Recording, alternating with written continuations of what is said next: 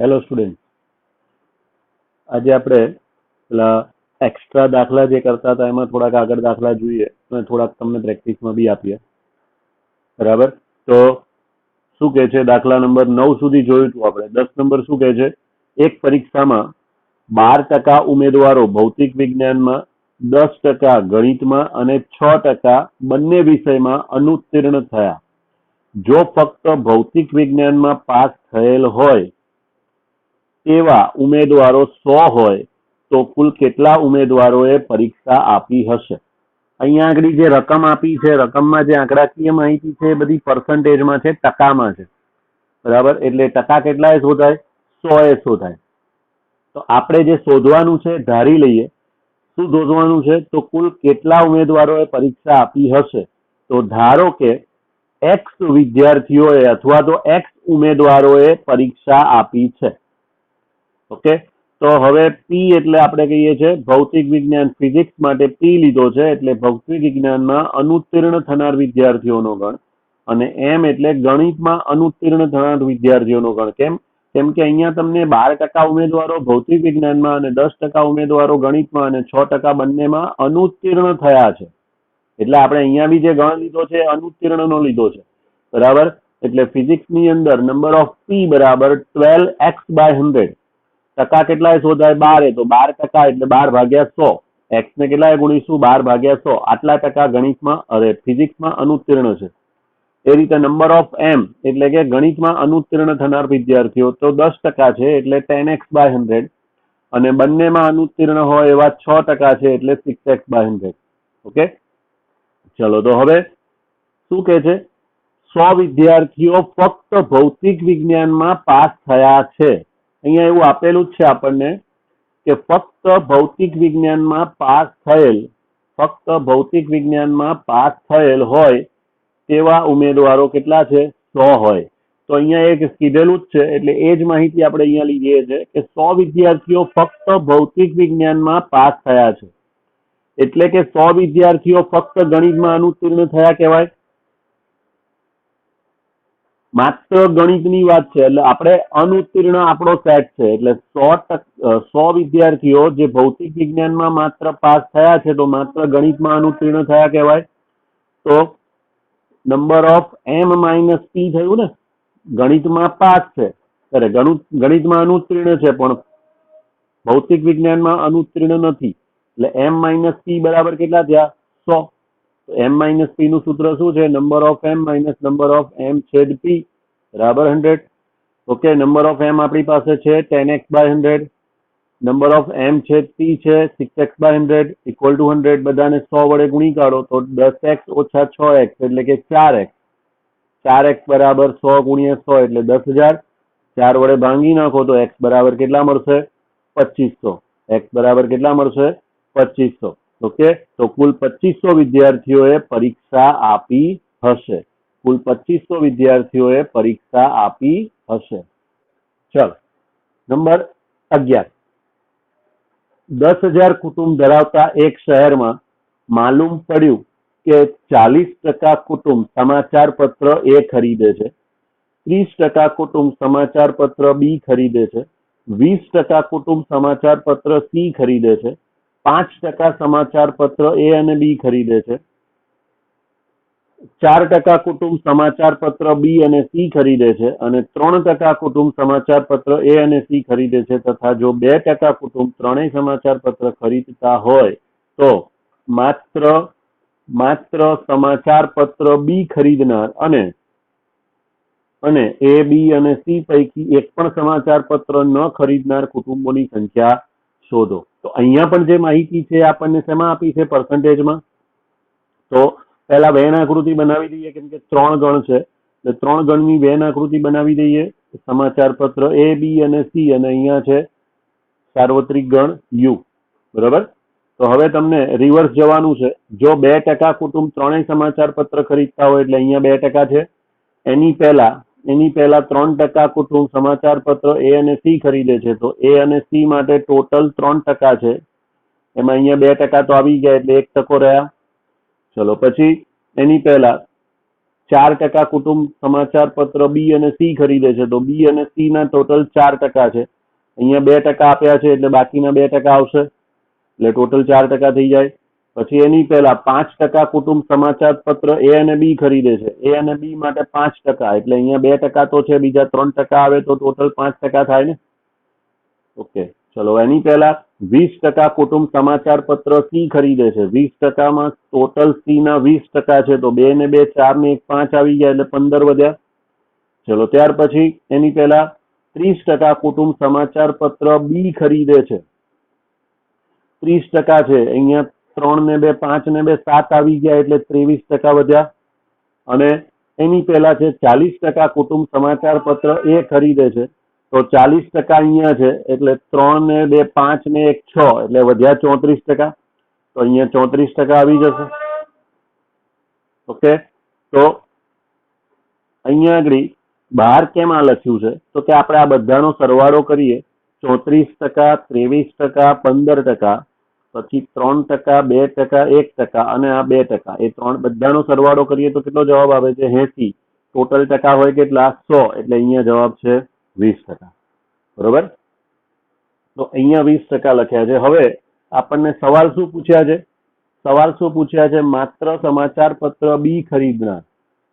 માત્ર સમાચાર પત્ર બી ખરીદનાર, અહીંયા જવાબ આપણને દેખાય જ છે, કેટલો છે? 23%. અને એ બી સી પૈકી એક પણ સમાચાર પત્ર ન ખરીદનાર કુટુંબોની સંખ્યા, તો એ પણ જવાબ ખબર છે આપણને, કેટલો છે? અહીંયા 20%. કેટલો જવાબ છે? 20%. એટલે પહેલાનો જવાબ છે 23%, બીજાનો જવાબ છે 20%. પણ અહીંયા માત્ર 2 જ સવાલ છે એટલા માટે આપણે ગણતરી કરીએ છીએ. તો ગણતરી કરીએ તો ગણતરી કેવી થશે એ પણ જોઈએ. ગણતરી કેવી થશે? તો પહેલો સવાલ હતો માત્ર સમાચાર પત્ર બી ખરીદનાર કુટુંબોની સંખ્યા. તો માત્ર સમાચાર પત્ર બી ખરીદવાની વાત છે, તો બી માત્ર બી કેવી રીતે મળે? તો માત્ર બી કેવી રીતે મળશે? તો માત્ર બી ની જરૂર છે, બરાબર, એટલે આટલો જ પોર્શન જોઈએ છે, એટલે આખો બી લેવો પડે. એમાંથી એ છેદ બી માઇનસ કરીશું, બી છેદ સી માઇનસ કરીશું, અને એ છેદ બી છેદ સી 2 વખત માઇનસ થાય છે એટલે 1 વખત ઉમેરી દઈશું. બરાબર, માટે માત્ર સમાચાર પત્ર બી ખરીદનાર કુટુંબોની સંખ્યા, તો number of B minus number of A છેદ B minus number of B છેદ સી અને પ્લસ નંબર ઓફ એ છેદ બી છેદ સી, આટલા ટકા કુટુંબો થાય. એટલે 30 હતા, એમાંથી 5 માઇનસ 4 માઇનસ અને 3 નો છેદ એટલે કે 2 એ પ્લસ કરી દીધા. ઓકે, તો 5 ને 4 9, માઇનસ 9 પ્લસ 2 એટલે -7, 30 ઓછા 7 એટલે 23% કુટુંબો. 23% એટલે કેટલા કુટુંબો થશે? 2300. અહીંયા ટોટલ 10,000 છે ને, એટલે 10,000 ગુણ્યા 23/100 એટલે 2300 કુટુંબો થશે. 23%. બરાબર. અને બીજો સવાલ શું કહે છે? એક પણ સમાચાર પત્ર ન ખરીદનાર. એક પણ સમાચાર પત્ર ન ખરીદનાર એટલે એમાં પણ ના હોય, બીમાં પણ ના હોય, ને સીમાં પણ ના હોય. તો ડ મોર્ગનનો નિયમ એટલે એ યોગ બી યોગ સી નો ડેશ કહેવાય. એ યોગ બી યોગ સી નો ડેશ એટલે યુ માંથી એ યોગ બી યોગ સી માઇનસ કરવાના. Number of U minus number of A યોગ બી યોગ સી, આટલા ટકા કુટુંબો આવે. બરાબર, તો નંબર ઓફ એ યોગ બી યોગ સી નું સૂત્ર આપણને બધાને ખબર છે. Number of A plus number of B plus number of C minus number of A છેદ B minus number of B છેદ C minus number of A છેદ સી અને પ્લસ નંબર ઓફ એ છેદ બી છેદ સી, આટલા ટકા કુટુંબો થાય. બરોબર, 10,000 માંથી વાત કરવાના, કેમ કે ટોટલ 10%, 10,000 તો છે. તો 40 ને 30 70, 70 પ્લસ 20 90, 90 ઓછા 12 એટલે 78, અને એમાં 2 ઉમેરો એટલે 80% કુટુંબો આવશે. 80% કુટુંબો એટલે 10,000 ને 80%, એટલે 10,000 ગુણ્યા 80/100 એટલે 8,000. તો 10,000 ઓછા 8,000 એટલે 2,000 કુટુંબો એવા છે કે જે એક પણ સમાચાર પત્ર ખરીદતા નથી. એક પણ સમાચાર પત્ર ખરીદતા નથી. ઓકે, ચાલો આગળ વાત કરીએ. દાખલા નંબર 12 શું કે છે? એક સ્કૂલના ધોરણ 11 સાયન્સ ગ્રુપ એ ના પરિણામ પત્રકમાં નીચે પ્રમાણે માહિતી ઉપલબ્ધ છે. 60% વિદ્યાર્થીઓ ગણિતમાં પાસ થયા, 50% વિદ્યાર્થીઓ ભૌતિક વિજ્ઞાનમાં પાસ થયા અને 70% વિદ્યાર્થીઓ રસાયણ વિજ્ઞાનમાં પાસ થયા. 30% વિદ્યાર્થીઓ ગણિત અને ભૌતિક વિજ્ઞાનમાં પાસ થયા, 40% વિદ્યાર્થીઓ ભૌતિક વિજ્ઞાન અને રસાયણ વિજ્ઞાનમાં પાસ થયા, 20% વિદ્યાર્થીઓ ગણિત અને રસાયણ વિજ્ઞાનમાં પાસ થયા અને 15% વિદ્યાર્થીઓ ત્રણેય વિષયમાં પાસ થયા. તો આ માહિતીની સત્યાસતા ચકાસો. બધું ટકામાં જ આપ્યું છે, એટલે ટકા જો 0 થી નીચે અથવા 100 થી ઉપર જાય તો આપણે કહી શકીએ કશું. બરાબર, જવાબ આપી શકીએ પ્રોપર. તો અહીંયા આગળ આપેલી માહિતી પહેલા લખી દઈએ છે. નંબર ઓફ એમ એટલે મેથ્સ, 60% વિદ્યાર્થીઓ છે જે ગણિતમાં પાસ થયા છે, એટલે નંબર ઓફ એમ બરાબર 60%. નંબર ઓફ પી ફિઝિક્સ ભૌતિક વિજ્ઞાન માટે 50% છે, કેમિસ્ટ્રી એટલે કે રસાયણ વિજ્ઞાન માટે 70% છે, પછી 30% ગણિત અને ભૌતિક વિજ્ઞાનમાં એટલે એમ છેદ પી, નંબર ઓફ એમ છેદ પી ઇક્વલ ટુ 30%. એવી રીતે ભૌતિક વિજ્ઞાન અને રસાયણ વિજ્ઞાનમાં 40% એટલે નંબર ઓફ પી છેદ પી બરાબર 40%. અને 20% ગણિત અને રસાયણ વિજ્ઞાન એટલે નંબર ઓફ એમ છેદ સી બરાબર 20%. અને ત્રણેયમાં 15% પાસ છે, એટલે નંબર ઓફ એમ છેદ પી છેદ સી બરાબર 15%. ઓકે, તો હવે નંબર ઓફ એમ યોગ પી યોગ સી શોધી કાઢીએ છીએ. ઓછામાં ઓછા એક વિષયમાં પાસ. બરાબર, તો નંબર ઓફ એમ યોગ પી યોગ સી, તો number of M plus number of P plus number of C minus number of M છેદ P minus number of P છેદ C minus number of M છેદ C plus number of M છેદ P છેદ C. Okay, તો 60% plus 50% plus 70%, હવે છેદવાળા minus એટલે minus 30%, minus 40%, minus 20% અને plus ત્રણેયનો છેદ એટલે 15% પ્લસ. તો અહીંયા આગળ 30 ને 40 70 ઉડી જશે, 50 માંથી 20 જાય એટલે 30 વધે, 30 અને 15 41 અને 60 એટલે 105, જે અશક્ય છે. 105%, ઓછામાં ઓછા એક વિષયમાં 105% વિદ્યાર્થીઓ પાસ થાય એવું તો શક્ય નથી. માટે આપેલી માહિતી અસત્ય છે અથવા તો ક્ષતિયુક્ત છે એવું કહી શકાય. ઓકે, ચલો આગળ વાત કરીએ. દાખલા નંબર 13 શું કહે છે? શાંત ગણ એ બી અને સી માટે નંબર ઓફ એ આપ્યા છે 16, નંબર ઓફ બી આપ્યા છે 12, નંબર ઓફ સી આપેલા છે 14, નંબર ઓફ એ છેદ બી 9 છે, નંબર ઓફ બી છેદ સી 5 છે અને નંબર ઓફ એ છેદ સી 6 છે અને નંબર ઓફ એ છેદ બી છેદ સી બરાબર 3 હોય. જો નંબર ઓફ યુ બરાબર 40 હોય તો નંબર ઓફ એ છેદ બી ડેશ છેદ C dash, number of A dash છેદ બી છેદ C number of A dash છેદ બી ડેશ છેદ સી. એટલે અહીંયા આગળ આ પહેલા ત્રણ જે છે એ માત્ર એક વિષયમાં પાસ થનાર છે. માત્ર એમાં, બીમાં પણ નહીં, સીમાં પણ નહીં. માત્ર બીમાં એટલે એમાં પણ નહીં, સીમાં પણ નહીં. માત્ર સીમાં પાસ એટલે કે એમાં પણ નહીં, બીમાં પણ નહીં. ત્યાર પછી બે વિષયની વાત છે, એટલે નંબર ઓફ એ છેદ બી છેદ સી ડેશ એટલે એમાં પાસ, બીમાં પાસ પણ સીમાં નહીં. બરાબર, એટલે એમાં હોય, બીમાં હોય પણ સીમાં ના હોય. પાસ એટલે હોય ને છેદ ના હોય. બરાબર, તો નંબર ઓફ એ ડેશ છેદ બી છેદ સી એટલે માત્ર એ અને સી માં હોય. નંબર ઓફ એ ડેશ છેદ બી છેદ સી એટલે બી અને સી માં હોય. અને છેલ્લે જોઈએ છે નંબર ઓફ એ ડેશ છેદ બી ડેશ છેદ સી ડેશ મેળવો. બરાબર, તો અહીંયા આગળ પણ ત્રણ ગણની વાત છે, એટલે વેન આકૃતિથી પણ જવાબ આવી શકે બધા જ. બરાબર, બધા જ જવાબ વેન આકૃતિથી આવી શકે. આપણે રિવર્સ જ માહિતી લેવાની છે. ત્રણેયનો છેદ કેટલો છે? 3, એટલે અહીંયા લખ્યા છે 3. ઓકે, ચલો એની પહેલા એ છેદ સી બરાબર 6 છે, તો એ છેદ સી ટોટલ 6 થવા જોઈએ, એટલે અહીંયા 3 છે તો 3. ઓકે, એની પહેલા બી છેદ સી 5, બી છેદ સી 5 અહીંયા 3 છે તો 2 આવશે. એ છેદ બી 9 અહીંયા 3 છે તો 6 આવશે. 3 ને 6 9. ઓકે, નંબર ઓફ સી બરાબર 14, તો 3 ને 3 6 અને 2 8, 8 એટલે 6 ઉમેરો તો 14 થઈ જાય. નંબર ઓફ બી 12, 6 ને 3 9 ને 2 11 છે એટલે એક જ વધશે. અને નંબર ઓફ એ 16 છે, 6 ને 3 9 ને 3 12, 12 ને 4 16 થઈ જાય.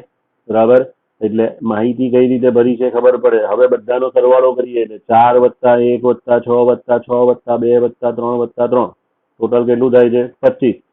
બરાબર, ટોટલ થાય છે 25. અને અહીંયા નંબર ઓફ યુ કેટલા કીધા છે? 40. તો 25 અને 40 કેટલો ડિફરન્સ રહે છે? 15. એટલે એક પણ ગણમાં ના હોય તેવા કેટલા છે? 15. બરાબર, એટલે હવે તમને બધા જ જવાબ અહીંયા વેન આકૃતિથી મળી જ જાય છે.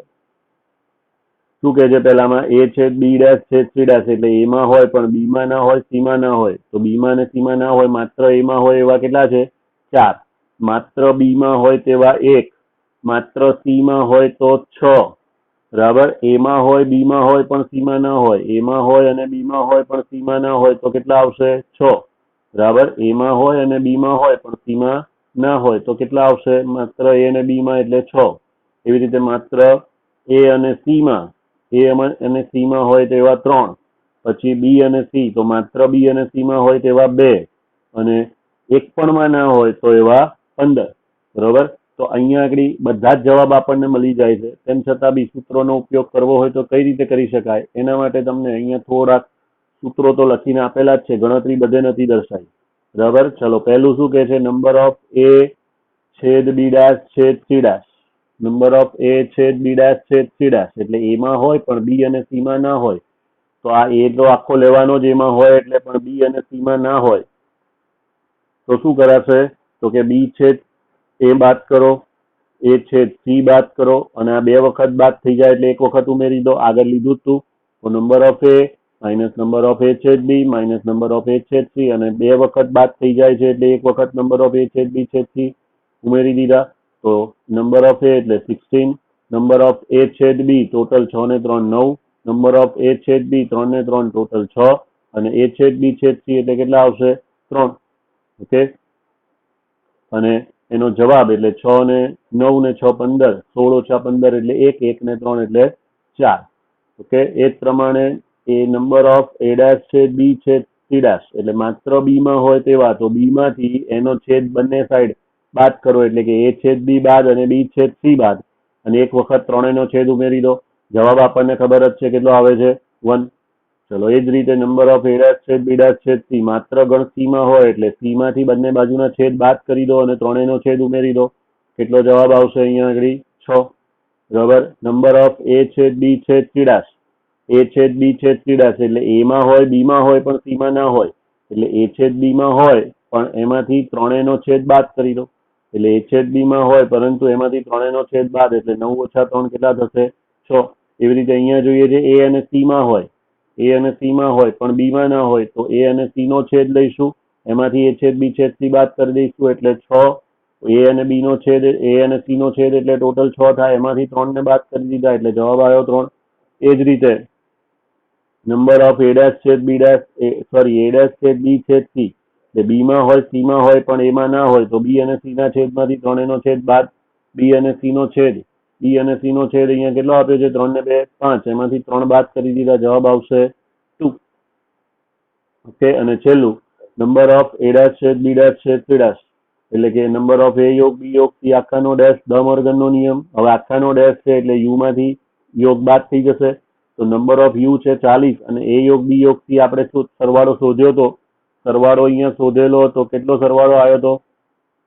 કેટલો સરવાળો આવ્યો તો અહીંયા જુઓ તો 25. ઓકે. એટલે 40 માંથી 25 બાદ કરી દીધા. પેલો જવાબ આવે છે 15. ઓકે. તો દાખલા નંબર 13 અહીંયા પૂરો થઈ જાય. ચલો, આગળ વાત કરીએ છીએ દાખલા નંબર 14. એ પણ આના જેવો જ છે, પણ એમાં સવાલની સંખ્યા થોડીક વધારે છે એટલે આપણે માત્ર વેન આકૃતિથી દાખલો ગણ્યો છે અને એ રીતે ગણી શકાય છે, કોઈ તકલીફ નથી. બરાબર. તો દાખલા નંબર 14 શું કહે છે? 50 વિદ્યાર્થીઓએ આપેલ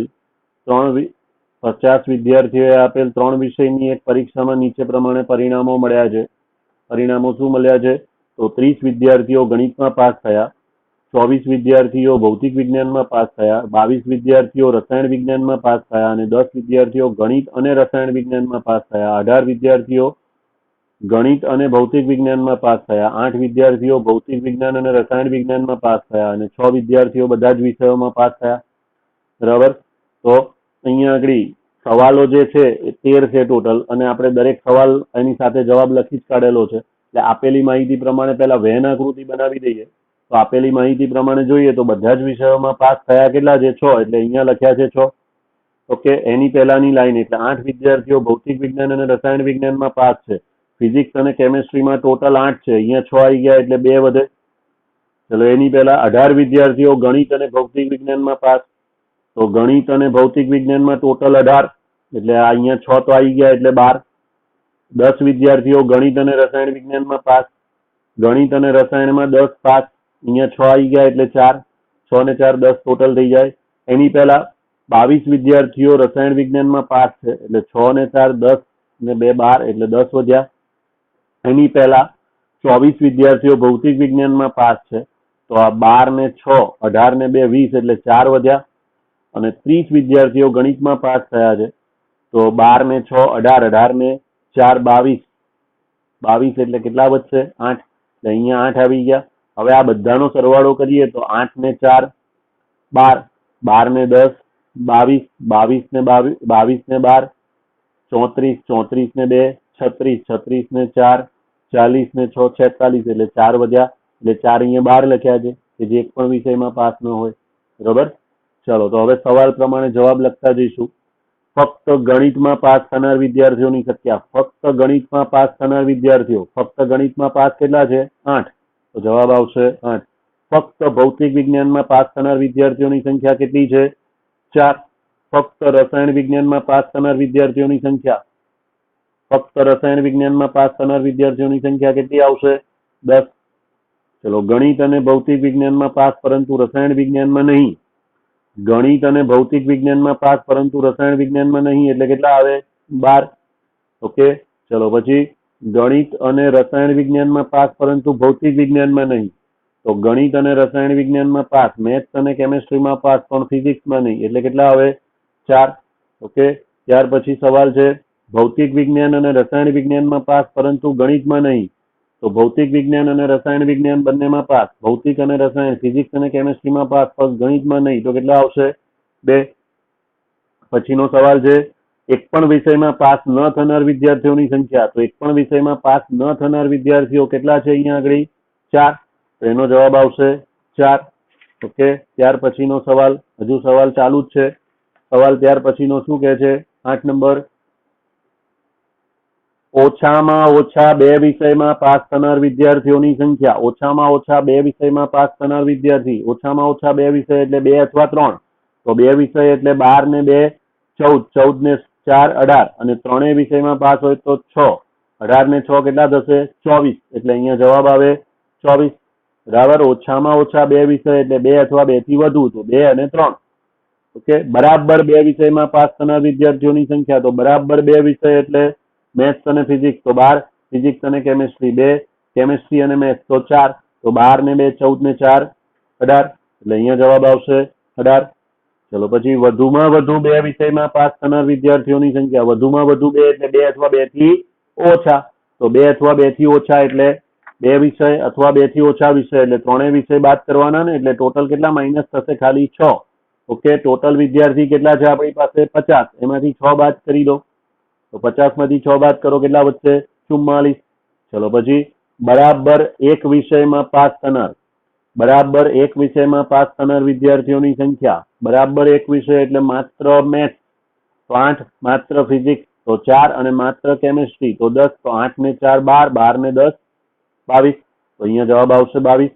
ઓછામાં ઓછા એક વિષયમાં પાસ થનાર વિદ્યાર્થીઓ, ઓછામાં ઓછો એક વિષય એટલે એક વિષય અથવા 2 વિષય અથવા ત્રણેય વિષય, તો એક વિષય માટે 8 4 10, 2 વિષય માટે 12 2 ને 4 ને ત્રણેય વિષય માટે 6, એટલે માત્ર આ 4 જ માઇનસ કરવાના ને, તો 50 માંથી આ 50 માંથી 4 માઇનસ કરી દઈએ કેટલા વધશે 46. ઓકે.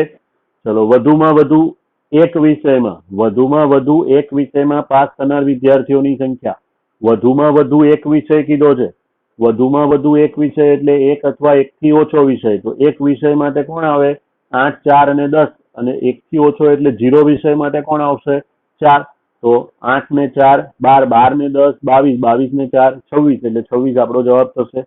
અથવા તો 50 માંથી આ 4 બાદ કરી દો 15 વાળા, તો બી વાંધો નથી. બરાબર. કેમ કે વધુમાં વધુ એક વિષય કીધો છે એટલે એક અથવા એક થી વધુ ઓછો વિષય થશે ને, વધુમાં વધુ એક એટલે એક અથવા એક થી ઓછા વિષયમાં પાસ, એટલે 2 વિષય ને 3 વિષય વાળા બાદ કરી દો ટોટલ માંથી, તો બી 26 જવાબ આવશે. એટલે જે રીતે બંનેમાંથી જે રીતે જવાબ લાવવો એ રીતે ચાલે. ઓકે. ચલો હવે સાબિત કરવાના દાખલા છે આપણી પાસે, તો સાબિત કરવાના દાખલા કઈ રીતે ગણીએ છે જોઈએ આપણે. દાખલા નંબર 15 શું કે છે, જો A ઉપગણ B હોય તો ડબલ ઇમ્પ્લાઇઝ B ડેશ ઉપગણ A ડેશ થશે. ડબલ ઇમ્પ્લાઇઝ નો મતલબ છે કે ડાબી બાજુથી જમણી બાજુ પણ સાબિતી આપવાની અને જમણી બાજુથી ડાબી બાજુ, એટલે ડાબી બાજુ આપેલી હોય તો જમણી બાજુ સાબિત કરો, જમણી બાજુ આપેલી હોય તો ડાબી બાજુ સાબિત કરો. બરાબર, તો પહેલા ડાબી બાજુ આપેલ છે એટલે કે એ ઉપગણ બી આપેલ છે. તો ધારો કે આપણે સાબિત કરવું છે બી ડેશ સબસેટ એ ડેશ, એટલે કોઈ બી ઘટકને ક્યાં લઈશું? બી ડેશમાં, અને ક્યાં બતાવીશું? એ ડેશમાં. એટલે ધારો કે એક્સ ક્યાં છે? બી ડેશમાં. જો બી ડેશમાં હોય તો એક્સ બીમાં ના હોય, ને બીમાં ના હોય તો એમાં ના હોય, કારણ કે એ ઉપગણ બી છે, એના બધા સભ્યો બીમાં છે, એટલે જે સભ્ય બીમાં ના હોય તો એમાં તો ના જ હોય. એટલે એક્સ બીમાં નથી તો એમાં નથી, કારણ આપી દીધું એ ઉપગણ બી. ઓકે, હવે એમાં નથી તો પછી ક્યાં હોય? એ ડેશમાં. એટલે આપણે એક્સ લીધો તો ક્યાં? બી ડેશમાં. મળ્યો ક્યાં? એ ડેશમાં. તો A B dash subset A dash થયું. એ જ પ્રમાણે હવે ધારો કે એવું છે કે બી ડેશ સબસેટ એ ડેશ આપેલું છે. હવે આપણે સાબિત કરવું છે એ ઉપગણ બી. તો ધારો કે એક્સ ક્યાં રમે છે? એમાં. જો એક્સ એમાં હોય તો એ ડેશમાં નથી. બરાબર, એ ડેશમાં ન હોય તો બી ડેશમાં ના હોય. કારણ કે આપણને આપ્યું છે બી ડેશ સબસેટ એ ડેશ, એટલે બી ડેશના બધા જ સભ્યો એ ડેશમાં છે. એટલે જો સભ્ય એ ડેશમાં નથી તો એ બી ડેશમાં તો ના જ હોય. એટલે એ ડેશમાં નથી તો બી ડેશમાં ના જ હોય. બરાબર, માટે જો બી ડેશમાં ના હોય તો બીમાં હોય, માટે એક્સ બીમાં છે. એટલે એક્સ એમાં હતો, આયો બીમાં, માટે એ ઉપગણ બી. બરાબર, તો 1 અને 2 પરથી શું કહેવાશે? એ ઉપગણ બી છે, તો double implies B dash subset B dash. Okay, clear?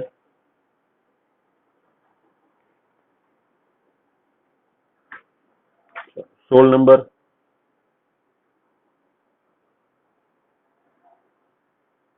એ યોગ બી બરાબર એ આપેલું છે, તો ડબલ ઇમ્પ્લાઇઝમાં શું સાબિત કરવાનું કહે છે? બી સબસેટ એ. એ યોગ બી બરાબર એ આપેલું છે તો સાબિત કરવાનું કહે છે બી સબસેટ એ. કેવી રીતે સાબિત કરીશું? તો ડાબી બાજુ આપી હોય તો જમણી બાજુ સાબિત કરવાની, જમણી બાજુ આપેલ છે ત્યારે એ આપેલું છે. ઓકે, હવે આપણે બી સબસેટ એ સાબિત કરવું છે. તો ધારો કે કોઈ એક્સ ક્યાં લીધો આપણે? બીમાં.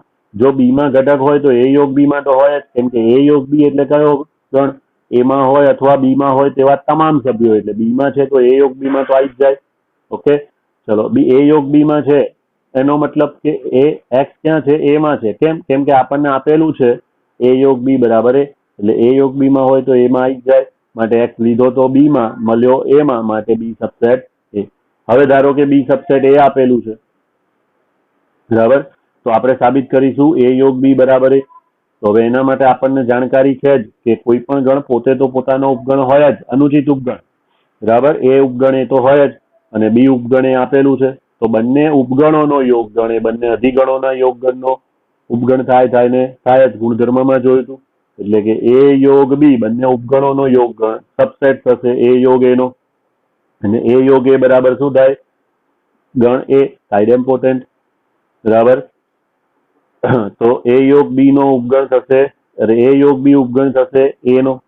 બરાબર, અને એ ઉપગણ એ યોગ બી તો હોય ને હોય જ, કેમ કે એ યોગ બી એટલે એમાં હોય અને અથવા બીમાં હોય તેવા તમામ સભ્યો. એટલે એના બધા સભ્યો તો એ યોગ બીમાં મળે જ. એટલે આપણે સાબિત કર્યું કે એ યોગ બી ઉપગણ એ છે, અને એ ઉપગણ એ યોગ બી તો હોય જ, એ ગુણધર્મ છે. માટે બંને એકબીજાના ઉપગણ છે, એટલે કે એ યોગ બી બરાબર એ સાબિત થઈ ગયું. ઓકે, ચાલો આગળ વાત કરીએ. એ છેદ બી ડેશ બરાબર પાય છે, તો એ ઉપગણ બી સાબિત કરવું છે. આપેલી માહિતી શું છે? એ છેદ બી ડેશ બરાબર પાય. ઓકે, ધારો કે આપણે એક્સ ક્યાં લીધો? એમાં. જો એમાં હોય તો બી ડેશમાં ના હોય, કારણ પરિણામ નંબર 1 શું કહે છે? પરિણામ નંબર 1 એ છેદ બી ડેશ બરાબર પાય, એટલે કે એ અને બી ડેશ અલગ ગણો છે એવું કહેવાય. છેદ પાય એટલે કેવા ગણો છે? અલગ ગણો. એટલે એમાં છે તો બી ડેશમાં નથી, બી ડેશમાં હોય તો એમાં નથી. તો એક્સ જો એમાં હોય તો બી ડેશમાં નથી, અને બી ડેશમાં નથી તો બીમાં હોય જ. માટે એક્સ લીધો તો એમાં, મળ્યો બીમાં, માટે એ સબસેટ બી. ઓકે, ચલો એ જ રીતે એ ડેશ યોગ બી બરાબર યુ. એ ડેશ યોગ બી બરાબર યુ હોય તો સાબિત કરો કે એ સબસેટ બી. તો આપણે આપેલી માહિતી શું કહે છે? એ ડેશ યોગ બી બરાબર યુ. બરાબર, તો એ સબસેટ બી સાબિત કરીશું. એટલે કે ધારો કે એક્સ ક્યાં છે? એમાં. જો એમાં હોય તો એ ડેશમાં ના હોય, એમાં હોય તો એ ડેશમાં ના હોય, એ ડેશમાં ના હોય પણ યુમાં તો બધું હોય જ. અને યુ બરાબર શું આપ્યું છે તમને? એ ડેશ યોગ બી. બરાબર, એટલે કે એક્સ એ ડેશમાં નથી પણ એ ડેશ યોગ બીમાં છે. તો એ ડેશ યોગ બી એટલે એ ડેશમાં હોય અથવા બીમાં હોય તેવા તમામ સભ્યો. તો આ સભ્ય એવો છે કે જે એ ડેશમાં નથી પણ એ ડેશ યોગ બીમાં છે. એનો મતલબ કે આ સભ્ય એક્સ જે છે એ ક્યાં છે? બીમાં છે. બરાબર, તો એક્સ આપણે લીધો તો ક્યાં? એમાં. મળ્યો ક્યાં? બીમાં. તો x belongs to A implies x belongs to B, માટે એ સબસેટ બી કહી શકાય. ઓકે, ચલો નંબર 19 શું કહે છે? નંબર 19 એ છેદ બી બરાબર 5 હોય તો એ સબસેટ બી ડેશ, એ સબસેટ બી ડેશ. તો આપેલી માહિતી એ છેદ બી બરાબર 5. તો હવે સાબિત કરીશું એ સબસેટ બી ડેશ. તો ધારો કે એક્સ વાળો ક્યાં લીધો? એમાં. એમાં હોય તો બીમાં ના હોય, કારણ કે એ છેદ બી બરાબર 5. એ અને બી અલગ ગણો છે. ઓકે, બીમાં નથી તો ક્યાં છે? બી ડેશમાં. એટલે એક્સ લીધો તો એમાં, મળ્યો બી ડેશમાં. એટલે એક્સ લીધો તો એમાં, મળ્યો બી ડેશમાં. માટે A subset B dash, A subset B dash. Okay, ચલો આગળ વાત કરીએ. દાખલા નંબર 20 શું કે છે? એ ઉપગણ બી હોય તો પાવર સેટ ઓફ એ ઉપગણ power set of B. Power set એટલે શું કહેવાય છે? આપેલ ગણનો ઘાત ગણ, આપેલ ગણના બધા જ ઉપગણોનો ગણ. તો ધારો કે આપણે સાબિત કરવાનું છે power set of a set power set of b. તો પાવર સેટ ઓફ એ એટલે ગણ એનો ઘાત ગણ, ગણ એના બધા જ ઉપગણોનો ગણ. તો આપણે કોઈ એક ઉપગણ લીધો એનો, બરાબર, અને આપેલી માહિતી શું છે? એ સબસેટ બી. એ સબસેટ બી આપેલી માહિતી છે. હવે ધારો કે કોઈ ગણ x A power set of એનો સભ્ય છે. પાવર સેટ ઓફ એનો સભ્ય છે એટલે કે એના ઘાત ગણનો સભ્ય છે, એના બધા જ ઉપગણોના ગણનો સભ્ય છે. એટલે કે એનો કોઈ એવો ઉપગણ છે. જો એનો ઉપગણ હોય તો બીનો ઉપગણ હોય ને હોય જ. કારણ કે એ સબસેટ બી આપેલું જ છે. એટલે એનો ઉપગણ બી છે, એટલે એ બી નો ઉપગણ છે. એટલે કે જો એક્સ એનો ઉપગણ હોય તો એક્સ બી નો ઉપગણ થાય ને થાય જ. માટે જો એક્સ બી નો ઉપગણ થાય તો બીના ઘાત ગણનો સભ્ય. એક્સ કોનો સભ્ય હતો? એના ઘાત ગણનો. અને મળ્યો કોનો સભ્ય? બીના ઘાત ગણનો. માટે પ્રત્યેક કેપિટલ એક્સ માટે capital X belongs to power set of A implies capital X belongs to power set of B. માટે power set of A is subset of power set of B. Okay, એ જ પ્રમાણે તફાવત ગણના દાખલા હોય તો આ સૂત્ર યાદ રાખવાનું છે. એના માટેનો એક દાખલો આપ્યો છે, બાકીના દાખલા પ્રેક્ટિસમાં છે. તો એ યોગ બી માઇનસ એ માઇનસ બી બરાબર બી સાબિત કરવું છે. તો એ યોગ બી માઇનસ એ માઇનસ બી આપેલું છે ડાબી બાજુમાં. તો એ યોગ બી માઇનસ, હવે આ એ માઇનસ બી બરાબર શું લખવાનું? હંમેશા એ છેદ બી ડેશ. એ માઇનસ બી બરાબર એ છેદ બી ડેશ. સાબિત કરવાના દરેક દાખલામાં ધ્યાન રાખજો, એ માઇનસ બી બરાબર એ છેદ બી ડેશ લખવું જ પડશે. તો જ આગળ સાબિતી વધવાની છે. ઓકે, હવે આ એ છેદ બી ડેશ ને એક્સ કહી દો તો એમ એ યોગ બી માઇનસ એક્સ, એટલે કે એ યોગ બી છેદ એક્સ ડેશ. તો આ એક્સ નો ડેશ, હવે ડેશ અંદર આપી દો તો એ ડેશ યોગ બી ડેશ નો ડેશ એટલે બી. એ ડેશ યોગ બી ડેશ નો ડેશ એટલે બી. ઓકે, એટલે એ યોગ બી છેદ એ ડેશ યોગ બી. તો બંનેમાં બી ગણ સમાન છે ને, એટલે વિભાજનના નિયમથી એ છેદ એ ડેશ યોગ બી. એટલે યોગ ક્રિયાનું છેદ ક્રિયા પર વિભાજન. એ યોગ બી છેદ એ ડેશ યોગ બી. એ જ આપ્યું છે ઉપર, બરાબર. તો હવે એ છેદ એ ડેશ બરાબર શું થાય? 5, અને 5 યોગ બી નું જવાબ બી આવશે. માટે એ જ આપણી RHS છે. ઓકે, એટલે ડાબી બાજુ પરથી શરૂઆત કરીને જમણી બાજુ પર લઈ આવ્યા છે. માટે ડાબી બાજુ બરાબર જમણી બાજુ. ઓકે, તો આ જ પ્રમાણે તમને ટોટલ બીજા 9 દાખલા આપ્યા છે પ્રેક્ટિસ કરવા માટે, બરાબર. તો એ દાખલા આજે પ્રેક્ટિસ કરીને બધા સેન્ડ કરશે, અને જે ના આવડે એ દાખલો ટીક કરીને રાખવાનો છે. આવતી વખતે જોઈશું.